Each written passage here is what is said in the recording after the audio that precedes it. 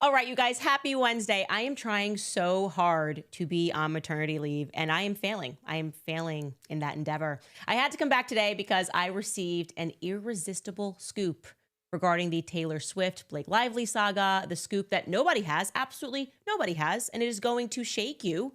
I'm asking people in the chat, who do you think it is that got Taylor Swift to turn on Blake Lively? And there's a lot of guesses right now and I'm not seeing the right guests so far. So we're going to cover that. Plus, a lot of you guys were very concerned on Monday when I kind of briefly mentioned, way too casually probably, that someone did indeed try to kill me or was plotting to kill me while I was on break. And I was not joking at all. I'm going to tell you guys about that person who has pled guilty, has not yet been sentenced. And it is indeed a federal case. So a lot discussed today. Let's jump right in. Welcome back to Candace.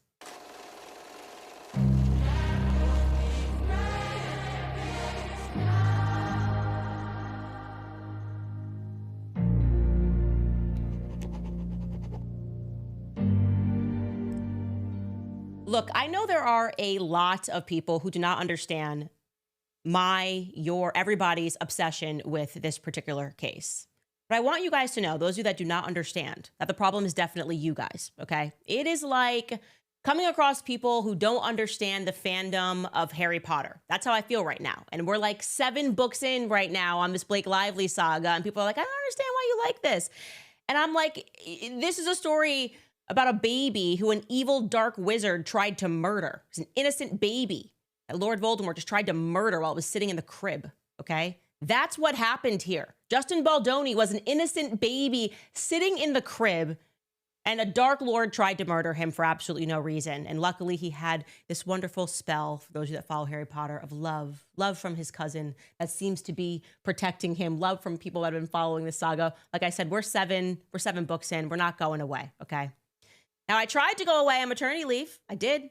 I said, I'm stepping away. And I have to assume here that Brian Friedman absolutely despises me because it seems like he waited until I was vulnerable, until I was postpartum, to serve the mother of all subpoenas, a subpoena to Taylor Swift, right? Or so we thought. Because there were tons of news. It's all the headlines. I was like, oh, the subpoena has gone out regarding this subpoena. But then when I went to go look for it, I couldn't find it. It's like reportedly a subpoena was served with Taylor Swift. I want you to think about that. You've seen a ton of headlines about the subpoena. You've seen her team react to the subpoena, but you haven't actually read the subpoena. Has that subpoena even been filed? Remember that. Now, first, let's back up. I have been saying since day one that if Wayfarer Studios and all the other parties want this lawsuit to end, Brian Friedman has got to just serve Taylor Swift. Now, why was I saying that? Because obviously she was involved here, okay? It was just obvious from day one. Things were looking a little funny. Taylor Swift had some involvement. Now, it wasn't just her song. It was also she came out of a relationship. She was with Blake a lot, being photographed with Blake and Ryan all throughout New York City, kind of in her like, I'm back to single Taylor Swift era, looking for something to do. Then we read the text messages. They're dropping Taylor Swift's name. We learn from both Blake and Justin Baldoni and the actress Isabella Ferrer that also Taylor Swift had a hand in picking her for the role. Much supposed to believe that all of those 3 are liars, including with each other. Taylor Swift was involved. We also learned allegedly, I'm saying all this allegedly, that Taylor Swift got Brian Tyler, the composer, fired. She didn't like him. She had some old beef with him. They brought in a new composer at the last minute. Just a lot of like Taylor Swift stuff going on. And then she did kind of the disappearing act, which is Taylor Swift's move when she's flying a little too close to the sun. It's her thing. That's what she does. Tree Payne, her savage PR person from forever, always knows when Taylor Swift is too close and Icarus has got to go away, okay? And I said, you got to subpoena her because A, she's involved, and also because they are never going to allow Taylor Swift to go down. Now, who am I saying when I say they? The Taylor Swift enterprise, the team, okay? They will do literally anything to prevent Taylor Swift's text messages from being seen by the public. That's you and me. Why is that? Because Taylor Swift is worth $1.6 billion, my friends. Try it. Why don't you try being worth $1.6 billion? Do you understand how many people live and eat off of Taylor Swift? How many livelihoods depend upon her squeaky clean image? the perpetual 13-year-old image, sweet friendship bracelets. They're going to protect that with everything that they have. And I suspect, I don't know, again, I'm saying allegedly, that Taylor Swift might not be that nice if you were friends with her. If you knew her, actually knew the real Taylor, you might get to know a different side of her. She might not be 13 years old, is all I'm saying, okay? So finally, I go on maternity leave, and Brian Friedman does the thing. He seeks to subpoena her, allegedly. And her team immediately, Taylor Swift team, comes out and they issue a scathing response and a statement to the press. I'm going to read it here. A rep for Taylor Swift told the media, Taylor Swift never set foot on the set of this movie. She was not involved in any casting or creative decisions. I don't believe that. She did not score the film. Okay, we didn't accuse her of that. She never saw an edit or made any notes on the film. She did not even see It Ends With Us until weeks after its public release. We didn't ask that. By the way, we never said she scored the film or made notes on the film. We actually said that she read the script. So this is all like saying stuff that is not being said. It goes on, and she was traveling around the globe during 2023 and 2024, headlining the biggest tour in history. Super humble here. The connection Taylor had to this film was permitting the use of one song, My Tears Ricochet. Given that her involvement was licensing a song for the film, which 19 other artists also did, this document subpoena is designed to use Taylor Swift's name to draw public interest by creating tabloid clickbait instead of focusing on the facts of the case, end quote. So that's a lot of words to say that you are terrified, okay? Yes. And I guess this is not a normal response to a subpoena if you don't have what they are seeking, right? If someone subpoenas me and says, Candace, I want the text messages between you and Blake Lively, I don't need to issue a response to the media because I don't have text messages between me and Blake Lively pertaining to Justin Baldoni. I don't have them. So I just have to tell the court I don't have that. That doesn't exist. I literally had nothing to do with this. And so it's very easy. And this happens, by the way. I get dragged in, subpoenaed a million times in different lawsuits. They think I'm involved. And I just say, I'm sorry, Your Honor. I have not even one message to that effect. And that's it. But they are signaling hard body that there's something here. And they're kind of freaking out here because their plan didn't work to send her away and say she bought a puppy with Travis Kelce. Leave her alone. She's off tour. She's tired. Didn't work. Like I said, not a normal response. Way too emotional. And what happened next, really in the media, was kind of a flash in the pan. Most people didn't realize that we never actually saw that subpoena to Taylor Swift. What we saw, and I'm going to pull you up, I put together this little timeline for you guys, was a subpoena to Venable LLP. Okay, I'm going to walk you guys through this. So on April 28th, Wayfarer Studios sends an email heads up to Venable LLP. That is Taylor Swift's law firm, okay? They're specifically requesting communications between Taylor Swift's attorney at that law firm, whose name is J. Douglas Baldridge, and Blake Lively's attorney, whose name is Michael Gottlieb. Now I'm going to show you J. Douglas Baldridge here in a photo.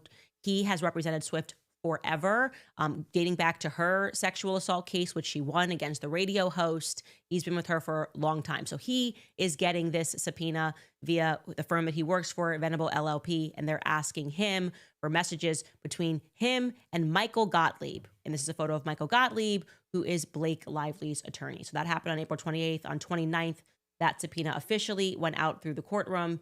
And what happens next on May 2nd, you can see in this timeline, is that Venable responds, Taylor's law firm responds, they confirm they have received the email, received the subpoena, and they say that they're evaluating whether they're going to object to the subpoena, but they want further clarification on what is being sought.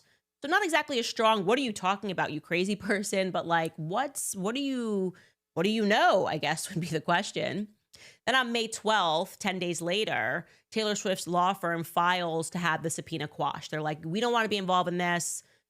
Please get us, we shouldn't have to abide by this subpoena. And then the day after, Blake Lively and Ryan Reynolds consolidate as, co-defendants, and they similarly file a motion to have the Venable LLP subpoena quashed. So they're all teaming up going, this subpoena, this cannot happen. You cannot see these messages. I'm going, but wait, why are Blake Lively's lawyer and Taylor Swift's lawyer messaging at all? What does Brian Friedman know? What do the Wayfarer parties know? That's interesting, right? So what happens next is their excuse, by the way, when they filed on May 13th, they basically said, and I'll read you, that the law firm, Venable LLP, does not represent any party to this action. So they don't represent Wayfarer. They don't represent Blake. Why are you pursuing anything via a subpoena to them? And we want this dropped, okay? So then what happens is Brian Friedman writes a letter to Judge Lehman. And this is what you guys saw in the media because we went, whoa, what is going on here? He is saying a lot. He drops a major bomb on his May 14th letter to Judge Louis Lehman. And I'm going to read this in its entirety. We can pull it up here.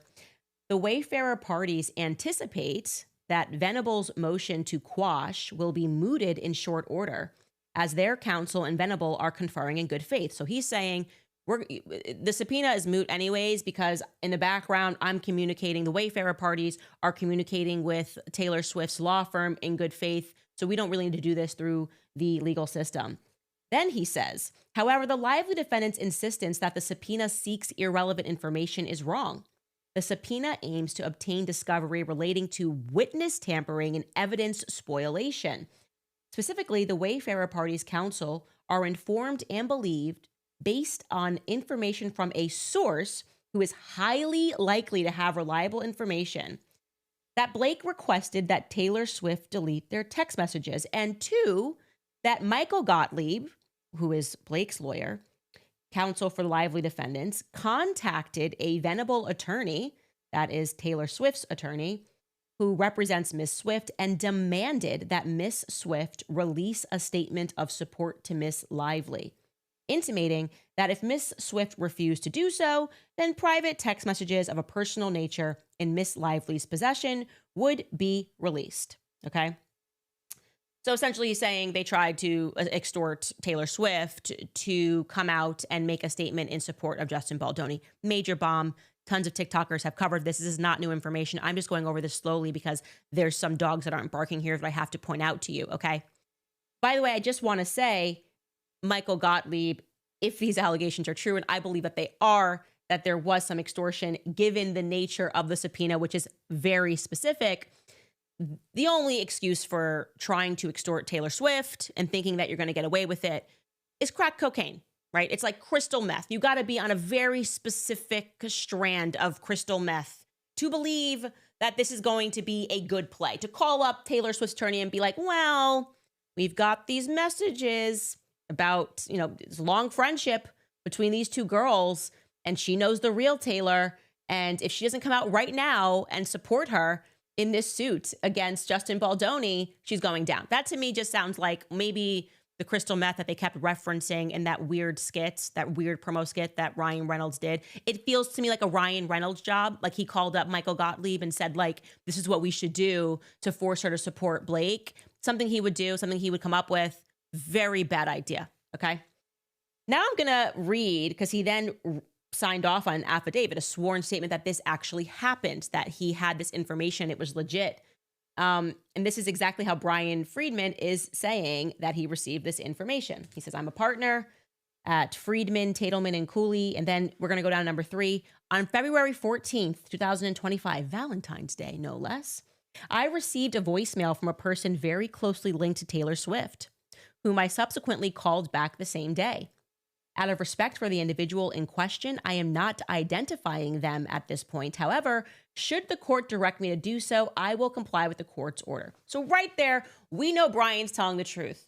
He's signing a sworn affidavit, and he's also saying he got a voicemail. You can't really fake a voicemail. He's a lawyer. He's in the middle of a lawsuit. He obviously recorded the voicemail. He has it. He has it. He's waiting to drop it. He's signaling he wants to drop it, right? He's saying, unless the court compels me to do it, I gotta comply with the court order, but right now I'm gonna protect this person, okay? He goes on, he says, during the February 14th phone call, which lasted approximately 1 hour, the speaker told me that they had been informed that J. Douglas Baldridge, that's Taylor Swift's lawyer, counsel for Taylor Swift, and a partner at Venable, had received a phone call from Michael Gottlieb, counsel for Blake Lively and Ryan Reynolds, during which Mr. Gottlieb requested, on Miss Lively's behalf, that Taylor Swift make a social media statement in support of Ms. Lively, given her absence from the Super Bowl that year, and stated that if Ms. Swift failed to do so, Ms. Lively would release 10 years, he puts that in quotation marks, of private text messages with Ms. Swift. The individual also told me that they had been informed that Mr. Baldridge had accused Mr. Gottlieb of extortion and ended the call. Okay. I believe all of this. And if you read the subpoena to Venable, it's very clear that he's specifically asking for a text message, which took place after this call, which would confirm that that was the nature of the call. So maybe they got off the call and Douglas Baldridge was like, I can't believe you would try to extort my client. Are you crazy? Are you out of your mind? Michael Gottlieb replies, there's something here. And like I said, this is the truth. There'd be no reason for Brian Friedman to sign a sworn affidavit and lie, be willing to lie under oath. He'd have to be a totally crazed person. He always brings the receipts. I buy this. So in response to this, by the way, we get a statement from Michael Gottlieb, who is strongly denying that this took place. So I want to pull up his statement. Give me 1 second, which is ridiculous, absolutely ridiculous that you want us to believe that Brian Friedman completely went for broke and lied to all of us. He responds and he says, we unequivocally deny all of these so-called allegations, which are cowardly, sourced to supposed anonymous sources and completely untethered from reality. This is what we have come to expect from the Wayfarer party's lawyers, who appear to love nothing more than shooting first, without any evidence and with no care for the people they are harming in the process. We will imminently file motions with the court to hold these attorneys accountable for their misconduct here. So he's just hoping that the judge says, you know what, I don't like this and I'm not going to grant this subpoena. And so we're not going to get those messages, because he's lying. I mean, I'm just saying this right here. I sense very strongly that Michael Gottlieb, this phone call went down, and I know it went down, okay? Because like I said, Brian Friedman has a very strong record of the truth. He loves to drop the receipts. That's why the public is on Justin Baldoni's side in the first place. But, and here's the big drum roll, you guys. You're not going to believe this. You're not going to believe this. Who was this person? Who was this unexpected dragon that has now served Blake Lively and Ryan Reynolds on a silver platter, right? Because this person had to say, this is the exact message that you have to subpoena. And why is that relevant? Because if there is proof that Blake Lively told Taylor Swift to delete text messages back in December when she first filed this lawsuit, well, you only tell somebody to delete text messages that prove that the person in the other side of this case is telling the truth, right? So she's telling her to delete text messages that would disprove her narrative.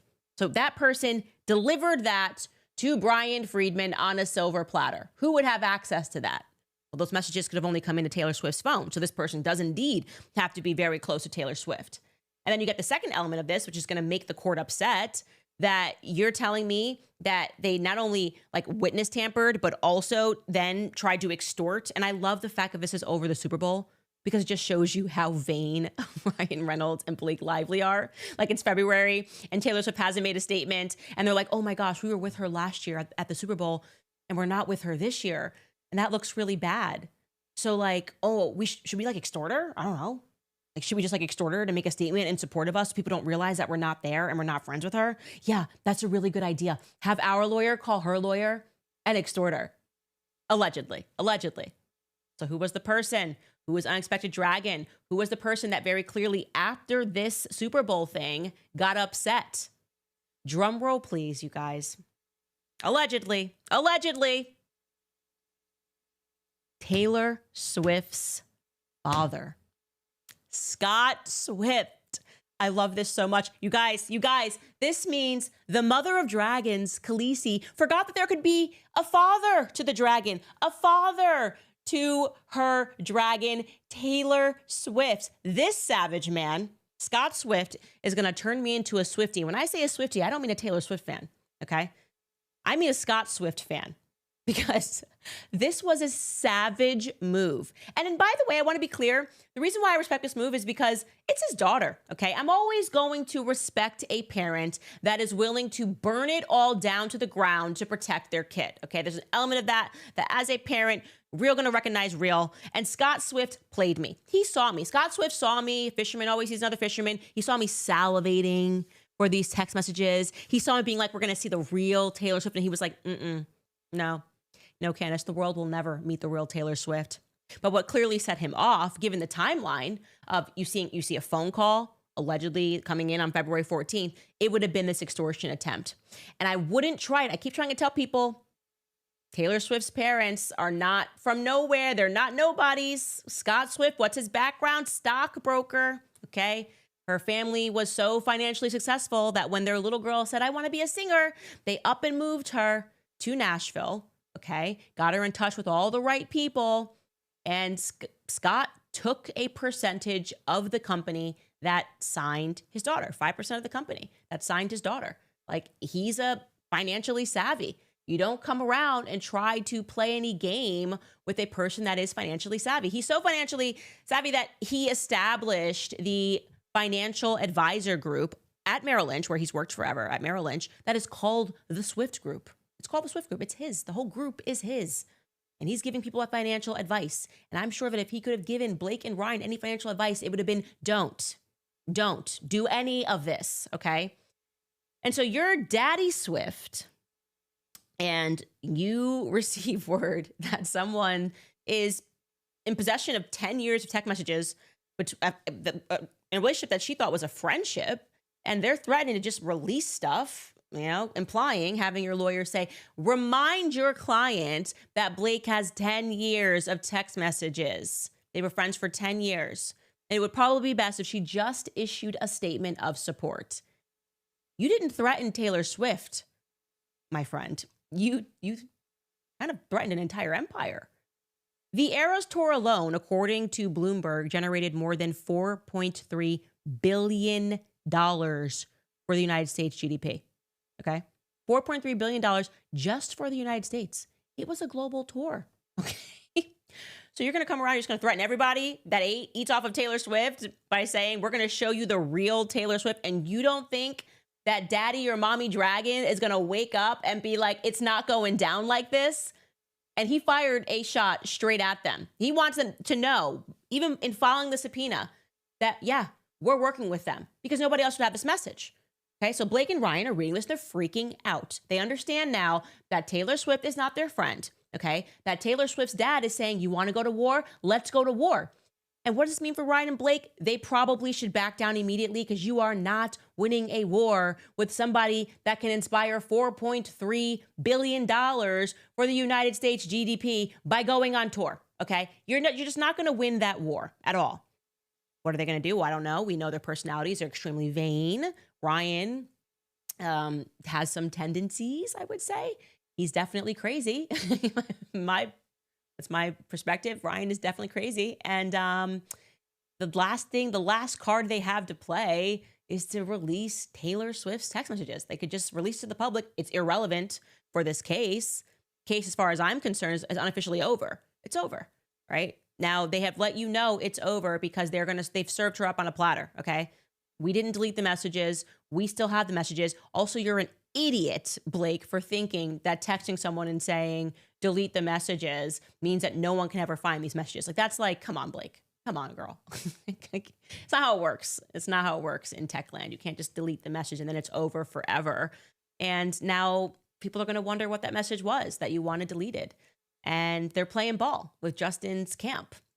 So you got to fold. You got to fold, and you better fold real quick. But I love this because I love me a mommy sleuth, a daddy sleuth, a mom and a dad backing up. I respect that I got beat here. And I got to tell you guys, honestly, we're never seeing these messages. I told you forever we were going to see them. I felt confident, but I got taken down by this dragon. Even me, my hopes, my dreams, taken down. We're never reading Taylor Swift. We're going to have to believe that Taylor Swift is a sweet 13-year-old girl for the rest of our lives. Okay? So roll up your sleeves. We're all Swifties now. You must respect game when you see it. And I completely respect this move that Scott Swift allegedly played. And that's all I'm going to say about that topic. All right, guys, I want to tell you about Stopbox because let's be real, owning a handgun for self-defense comes with serious responsibility. You need it secure, but also accessible when it matters most. Too often that means choosing between locking it away or leaving it out, vulnerable to kids, guests, or intruders. That's the problem that Stopbox USA set out to solve, and they nailed it with the Stopbox Pro. It's a 100% mechanical, keyless, battery-free lockbox that gives you instant controlled access to your firearm.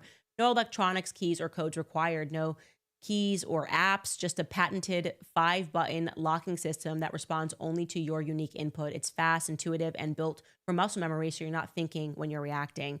And when the seconds matter most, that makes all the difference. With Stopbox Pro, you don't have to trade safety for speed or peace of mind for readiness. Your firearm stays secure, but always within reach. For a limited time only, my viewers are getting a crazy deal on top of the Memorial Day sale. My viewers are getting 10% off your entire order if you use code Candace at checkout. And for Memorial Day, they're offering buy one, get one free plus a free gift. That's 10% off and a big Memorial Day sale discount when you use code Candace at stopboxusa.com/Candace. Discover a better way to balance security and readiness with Stopbox. Visit stopboxusa.com/Candace today.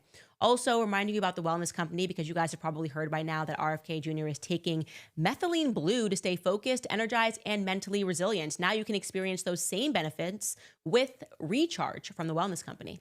This doctor-formulated nutraceutical is the first to combine methylene blue with urolithin A, creating a unique formula designed to optimize mitochondrial function, improve energy, and elevate cognitive performance. Methylene blue crosses the blood-brain barrier to enhance your memory, focus, and executive function by increasing your ATP production, the true fuel of your cells. It also works as a potent antioxidant, anti-inflammatory, helping protect against aging and cellular damage. If you're looking for a real mental and physical edge, Recharge delivers. So just head to twc.health/Candace and use code Candace, and you'll get 15% off plus free shipping. Feel the difference and think clearer with Recharge. Visit twc.health/Candace and use code Candace today. All right, you guys, now I've got to tell you this story because so many of you guys are messaging me going, what happened? And honestly, I could use your help because I'm not really sure what did happen. And many of you guys are always so concerned about my health and my safety because we go in and we talk about these deep topics. And when you really get into history and you start looking backward, you start to upset powerful structures, people that have had power for a very long time and are willing to kind of be deranged. And when it comes to defending that power, obviously covering the Brigitte Macron series, I mean, there's been a lot of concern all around. And I just try to keep a healthy perspective about all that stuff. But it is true that the FBI opened a case, and I'm going to tell you about that. I was not happy with the way that this went down, and I hope that I can get more information, particularly from those of you who live in New Jersey, because it seems that a lot of the assaults on my life have been coming from that area. So I will kind of give you a lead up to this. Obviously, you know, I've had a very long, years long back and forth with Rabbi Shmuley. He's a totally deranged rabbi who is insane. And when anybody stands up to him, he calls them anti-Semitic.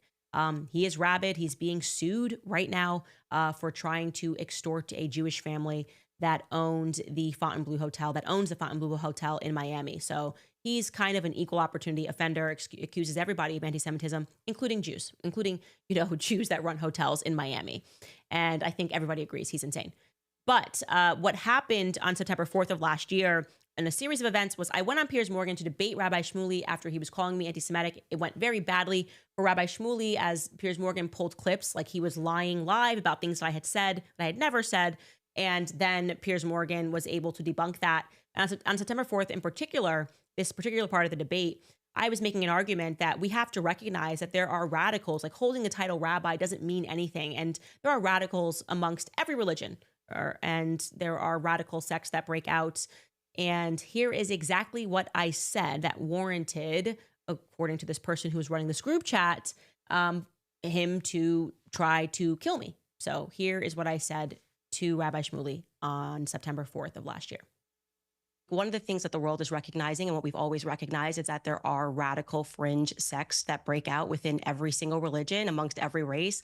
There's white supremacy, there's black supremacy, there's radical Islam, there are all of these Christ cults around the world. And I think right now it's important for people to understand that radical Judaism is also a thing, and you're watching an example of it right now on your screen.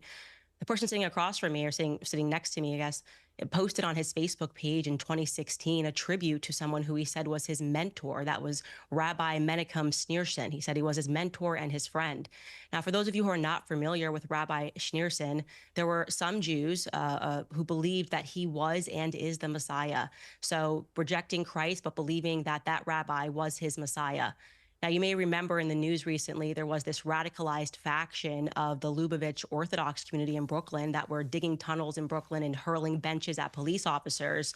Well, and by the way, this is per the Times of Israel, that faction of individuals are followers of Rabbi Schneerson. So again, you have Rabbi Shmuley who believes that that's his mentor. They believed that he was the Messiah. What is it? It becomes important to understand, what did Rabbi Schneerson preach? Well, he preached Jewish supremacism, the hatred of all non-Jews. And you don't have to take my word for it, because if I said it, they would say that's anti-Semitism. You should instead take the word of the two Jewish professors who translated his work. Those authors' names were Israel Shahak and Norton Mezvinsky, and their book was entitled Jewish Fundamentalism in Israel. So I then proceeded to share those quotations, which again came from authors, Israeli authors, and it caused an insane reaction in my life. Right? Pretty much days after this, YouTube completely demonetized me, and it was led by an account on X called Awesome Jew, who was telling people to mass report my YouTube channel, and we were not able to get remonetized until early this year. So it lasted for a very long time. The person took credit for that, despite us showing YouTube that all of these reports came in on that day. They hit a ton of our videos, and then they fully demonetized us. And we were able to learn that that Awesome Jew account, the person who was running it, lives in New Jersey. Okay. Then on September 10th, and this is according to the Department of Justice, there was a person who posted a video making threats against my life, saying that he was going to kill me. My husband and I were shortly thereafter contacted by the FBI. They didn't give us any details. They just said that your name has come up in an investigation. We can't tell you anymore. We're closing on this investigation. Then in October, when this individual was arrested, they still did not tell us his name. They contacted me and my husband, and they said the suspect has been apprehended. We will tell you more in the future. But, and my husband just said, is our life at risk? I mean, do we have any safety concerns? Is there more that we should know about this? And they said no. So we knew nothing. Fast forward to this year, in April, my husband gets another phone call from the FBI, and they say, we're going to send you a pamphlet on what it means to be a victim and what your rights are. Still did not tell us that a man had been arrested in October 25th. They didn't tell us his name, rather, of who had been arrested and what the charges were and what the threats were to my life. We got a pamphlet in the mail. And then on May 6th, we find out that this individual pled guilty. And after he pled guilty, they finally informed me of the name of this individual, and his name is Chaim Braverman. And yes, he is connected to the Lubavitchers. So what better way to make an argument that you're not radical and insane other than trying to kill someone for saying that you're a radical, and that things have gotten out of hand, and that these radical sects do exist. This hit the news before my husband and I were ever given this person's name. And I have to tell you, what's really terrifying about this is we are asking the DOJ to share with us the other 39 individuals that were in this group chat. Okay. We were told that this individual made a group on social media of like-minded people who were angry about my Piers Morgan appearance. And in this group, he began transmitting death threats against me and saying that he was serious, that he was going to murder me. He showed the weapon, told the individuals that if you're not comfortable with discussing weapons at this stage, then get out of this chat. And this is a quotation from the DOJ report. He said this in his video, "You'll get what's coming to you. I've never met someone that I could effing kill you right now." He then had a steel bat in his hands. I said that he was going to kill me with a steel bat. Said that he would beat me with that he wouldn't even stop, that he would kill me until I was dead. And he quite literally said in this video, "I am threatening a death sentence against Candace Owens." And writing this in a chat, what really alarms me here is 39 other people knew about this. 39 other people were in this chat and understood that he wanted to kill me and he was serious about this. And none of them thought to reach out to me. None of them reached out to me on social media and said, "Hey, I'm in this chat and I don't like you. I disagree with you and your stance on Israel. And maybe I'm a fan of Rabbi Shmuley, but this is wrong." And I'd like to think that that would have happened, that one of the 39 other people in this chat, and this chat, to be clear, was started by Chaim Braverman. Chaim Braverman, I don't know if I'm saying his name correctly. He also goes by Hy Braverman, Hy Braverman. not to be confused with another individual with that exact same name that lives in Connecticut. He lives in New Jersey, to be clear. And the FBI still has not given us a photo of him. We don't have a photo of him. We don't have a photo of his arrest. We can't find anything on the internet. It seems like everything has been somewhat purged from the internet. And that makes me very uncomfortable. It doesn't feel to me like this was done to protect me, but rather to tell me at the very end of things after things were cleaned up. And it just, again, I'm very discomforted by everything that went down here. And so I did ask the public, if this person does have a record, there should be a mugshot out there. Somebody knows something. This person lives in New Jersey and has a job, and somebody should perhaps, if I say Chaim Braverman, be able to send us a photo of him, a clear photo of him, or more information. And so you can send that to us, tips@CandaceOwens.com. If you can find anything about Chaim Braverman as we continue, we are in conversations, productive conversations with the DOJ and the FBI. They have been speaking with my legal team, with my lawyer, Noah, about this. And I am insisting that ahead of his sentencing, that I learn more about him. He is scheduled to be sentenced in September of this year. And I am allowed to give a statement. And I am going to obviously be asking that just to the full extent of the law that he is prosecuted. This is insane. People shouldn't have to look over their shoulders because they make a sound argument. Either you can debate that argument, but this threatening to kill one another over political disagreements is an absolute nonsense. And I maintain my position that there are radical religious cults, and the idea that someone can simply call you anti-Semitic or threaten to kill you for pointing that out is ridiculous. Anyways, I wanted to leave it at that. And yeah, a lot of you guys were asking me, by the way, about my opinion. I guess I shouldn't say speaking of, but also why I was on maternity leave, I guess, is a good way to pivot it. Kanye dropped a song. I guess that is the only way to say it. Kanye dropped a song that can now be heard nowhere. And, Kanye does what Kanye wants to do. And obviously, despite the fact that this song, which is entitled Hail Hitler, has been banned everywhere, he did post a music video on X on May 8th. It currently has over 10 million views. And of course, I think that is called the Streisand effect. When you ban something, people are only going to want to listen to it harder. As I've said yesterday, I'm extremely disappointed in how catchy the beat is. You hear it once and it does not get out of your head, but it does foster a conversation, and one that I think Ye has been trying to have for a very long time, on what we deem to be acceptable speech and what we deem to be speech that's worth banning. And I can just tell you that, as a Black American, you can download a song and millions of songs and hear the N-word dropped every second of a song. And it's not problematic, and it's not grounds for having a song banned on Spotify or on Apple. And I would bet that if somebody made a song and they said, Hail Henrik Yagoda, who mass murdered Christians, factually speaking, murdered way more people than Adolf Hitler did. That's just a fact, that Spotify wouldn't move to ban it. I just have a feeling that if someone said Hail Yagoda, that song wouldn't be banned. And so irrespective of the people who didn't listen to the lyrics, when he spoke about how despite all the money and power that he has, he still can't see his kids, and they have turned him into this persona non grata, despite even debating the artistic merit of the song, it does foster a conversation about why this particular song is banned when we allow virtually every slur against women, against Black people, to play on the airwaves. Doesn't matter whether you're talking about, you could say pretty much virtually every word that you want in a song.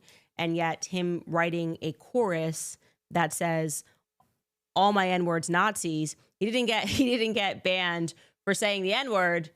He got banned for saying Hail Hitler. And so it's interesting to see people now having that debate and having that discussion.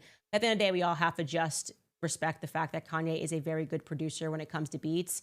And no matter how much you hate this song, it's catchy, and that beat was in your head. And when nobody looked, you kind of, did a little bit of a dance. Tim Dillon had a very funny skit on that, which I shared on my X feed. And it's really funny to see comedians taking on that song. All right, guys, before I get to your comments, a person who just said this in the chat, that WAP is way more offensive. 1000% agreed. 1000% agreed. And it was totally allowed on the airwaves. Not only allowed on the airwaves, won a Grammy. It won a Grammy. So we actually reward it. I think when it's slurs against women or it's, something that's very denigrating to women like WAP was, we award it. And yeah, anyways, before I get to your comments, I remind you about American financing because inflation is eating away at everything: gas, groceries, home repairs. And if you're a homeowner, you've probably thought, should I call American financing to refinance and pay off this credit card debt? Then you second guess yourself because of that low mortgage rate that you currently have. Well, that low rate is not saving you if you're drowning in credit card interest and 25% or more.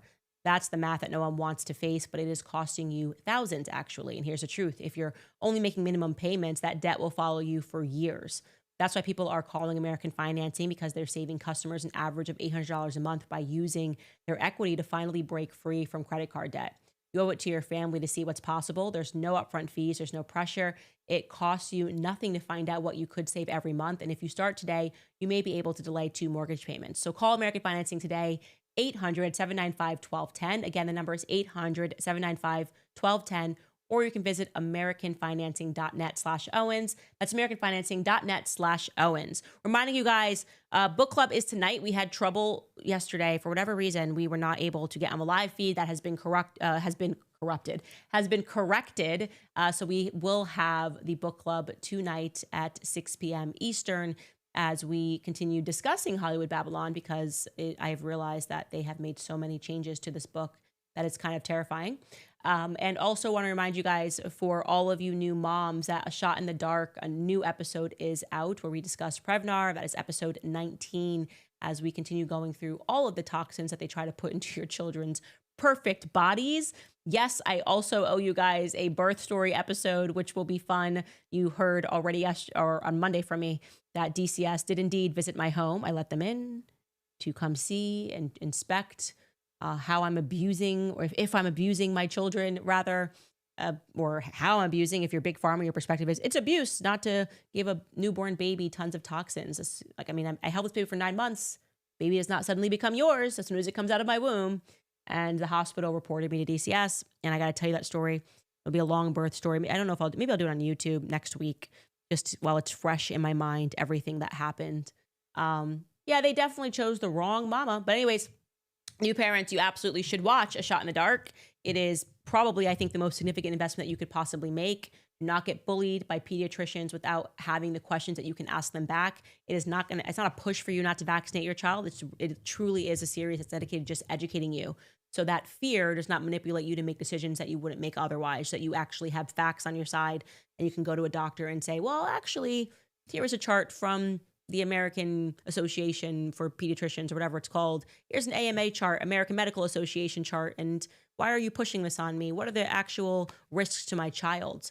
You don't have to just, be silly putty because they're using a bunch of medical jargon and making you feel like they're more intelligent than you. They're not, actually. They just memorize stuff in school and then tell you to vaccinate your children, tell you to give your kids the COVID shots without any logical reason as to why, when children had virtually no risk of dying from COVID. Anyways, enough about that. Let's jump into some of your comments. Let's see what you guys have to say today. Oh my gosh, guys, we're at 50,000 people watching live. I love that for me. Thank you so much. Okay. First up, we have, let me scroll down here. Tanya. Tanya writes, can you please check the Pavel Durov thing? He said that the French government approached him to silence conservative voices in Romania ahead of presidential elections. I did not see that, and I definitely will check that. And I believe that because the French government wants to silence me and they're out of control. The French government is absolutely out of control. There's no other way to say it. It's Archie writes, welcome back. I'm so glad, as your pregnancy was great. Outside of the crazy home visit, are you going to cover the Diddy stuff? Yes. I'm not actually back. I did just pop in today. I'll probably pop in with Ian tomorrow to discuss the Diddy case, because I'm very interested in that. And there's tons of stuff that people are missing, dogs that aren't barking, as I always say. And so me and Ian will probably team up, because he was kind of the first person, at least that I saw, that did a deep dive on all the Diddy stuff and connected it to the MJ trial. It was one of his videos that I saw on TikTok a while ago. And so I thought it would be good for he and I to team up and discuss what's going on with this case, because I think it's a massive distraction, to be honest with you. Anonymous writes, I think Ryan Reynolds will literally burn the house down. I think they will release the Taylor Swift text messages. Yeah, I could see him doing it, but who is he releasing it to? Tree Payne, her PR person, controls the media. Those messages are not going to be just randomly released. I mean, I'll take them. Ryan, if you want to take them and give them to me, I'll take them. But Scott won't let it happen. He'll come for me. He'll come for me real hard. I think Mommy Swift and Daddy Swift are another level. But yeah, Ryan has it in him. He is vengeful and angry, and he holds on to anger for a very long time, as we have seen. And like I said, I think he's the main person behind all of this stuff. Only he could have thought of something so tragically stupid as to try to allegedly extort Taylor Swift into making a message in support for his wife. Misty writes, I don't think they'll release them because the Swift PR power will buy them up and keep them off the internet. Just what I said before you said that. Too much power and money behind Taylor. Hopefully this pushed Taylor away from those toxic people. Yeah, I do have to say in defense of Taylor Swift, crappy friends. I mean, wow, that's it. That you think you have a friend for 10 years. And of course, as the years go on, you trust each other more. You say things to each other that you wouldn't say to the public. You probably think you've got like a sister that you've never had. And then all that happens is your sister makes up some stuff and she's worried about how people will perceive her image because she's not going to the Super Bowl. And she's now willing to threaten you or send her lawyer to threaten you, allegedly. Yeah, you got to feel bad for Taylor Swift about that. And that's, I think, one of the tough things about being famous is you don't really know who you can trust. Maybe that's why she only wants to be friends with other famous people who have as much to lose. But yeah, I don't know. I do also believe that Taylor Swift was involved. So there's that too. I don't exactly feel bad for her because I think if we read the messages, we would meet the real Taylor, and that bubbly image would come collapsing down pretty quickly. Alaska Dog Lady writes, congrats to you, George, and the kids on the addition of sweet baby Roman. We missed you. Thank you so much. You're going to miss me again because I'm going to be gone for another 2 weeks. I have to do this maternity leave, guys. I'm actually really enjoying it, but it just sucks me back in. You know, I just keep getting sucked back in by these little things. Texas Grown writes, Candace, congratulations on the newest member of your family. May Jesus Christ protect you. Yes, thank you so much. And I think Jesus Christ is protecting me, you guys, because that story, and you can look that up, of the DOJ and what that guy was saying in the chat, man, that is a total Christ intervention there. Puerta Mex writes, can we say F the Diddy distraction until we see the Epstein list? Congrats on baby and cuídate. Take care of yourself. Thank you so much. I will. And yeah, I think it's all kind of connected. I think it's a blackmail ring, and this is pretty much a show trial. And I'll give you more of that tomorrow when I pop in and tell you some aspects of the case that no one's covering. Like, there should be more people on the stand. I mean, where is Karina Karam, whatever her name is, the person who was the Ghislaine Maxwell in this? How has she not been brought to any part of this case? Why is she not meant to testify when she was the one who was allegedly drugging everybody and keeping Diddy high? What's going on here? Well, it means that there's someone more powerful than Diddy that's being protected with this show trial. That's my viewpoint, and I'll share more of that again tomorrow. Again, remind you guys, book club will be in an hour and 20 minutes. We'll see you at 6 p.m. It will be a shortened book club because we have to discuss what to do with this book now that I realize they have changed so much. But I will see you guys over there. Otherwise, I'll see you briefly tomorrow, and then I won't see you guys for 2 weeks unless something extraordinary happens and Scott Swift calls me. I'll see you guys then.